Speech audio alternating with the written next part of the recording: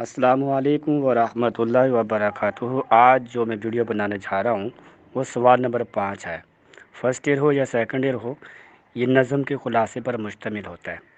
मैं अमूमन देखा है बच्चा इसमें इजाफ़त कर जाता है, यानी वो डरता रहता है अगर ये सवाल छोटा रह गया तो शायद मुझे नंबर कम मिलेंगे। लेकिन इसकी खूबसूरती इसी में है कि इसको मुख्तसर लिखा जाए। जैसे मैं आपके सामने क्या है कुछ हदायत रखता हूँ, वो भी हमारी टेक्स्ट बुक के कुछ सफ़हात हैं। उन सफ़हात को देखेंगे उनमें क्या लिखा है इसके बारे में।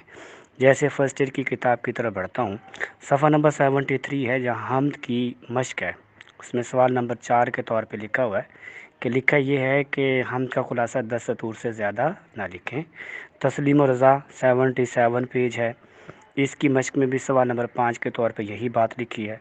79 पे मैदान करबला है, वहाँ भी सवाल नंबर 5 में यही बात लिखी है। 81 को देख के मुस्तकबिल की झलक, वहाँ भी इसी बात को दोहराया गया है। 83 पर बरसात के ख़ुलासे में, बरसात की मश्क में सवाल नंबर 6 के तौर पे ख़ुलासे में यही हदायत देखने को मिलती हैं। इसी तरह अगर हलाल इस्तक़लाल को देखें तो वहाँ सवाल नंबर 4 के तौर पर यही हदायत दोहराई गई हैं कि 10 सतूर से ज़ायद ना हो। इससे साबित होता है कि नज़म का ख़ुलासा 10 सतूर से ज़्यादा ना हो। कम हो सकता है, 9 लाइनें हो सकती हैं, 8 हो सकती हैं। लेकिन अगर मैं सेकंड ईयर की तरफ बढ़ूँ, उधर हदायत कम है लेकिन इस माने में नहीं है कितनी सतूर होने चाहिए। वहाँ पे ख़ुलासे हैं कदरे बड़े। फ़र्स्ट ईयर की निस्बत जितनी भी नज़में वहाँ मौजूद हैं उनके अशार ज़्यादा हैं। मुझे सफ़ा नंबर 104 सेकंड ईयर की इस्लामी मसावात की मश्क में हदायत मिली है सवाल नंबर 3 के तौर पर कि अपने अल्फाज में लिखें। फिर कोस्तानी सफ़र के दौरान में वहाँ भी यही बात देखने को मिली। नौजवान से किताब की मश्क में भी यही बात देखने को मिली। यानी बात साबित होती है कि नज़म का ख़ुलासा जो है अगर देखा जाए उनके अंदर 3-4 बातों का ख्याल रखना ज़रूरी है। पहली बात, वो 10 सतूर से ज़ायद ना हो। सेकंड ईयर की अगर बढ़ भी जाती है 12 सतूर हो जाए ज़्यादा से ज़्यादा, नज़म अगर तवील है तो। दूसरी बात है कि नज़म में मफ़ाहीम को तरतीब से लिखना, यानी मफ़हूम जो शेर है उसका तरतीब से आना चाहिए।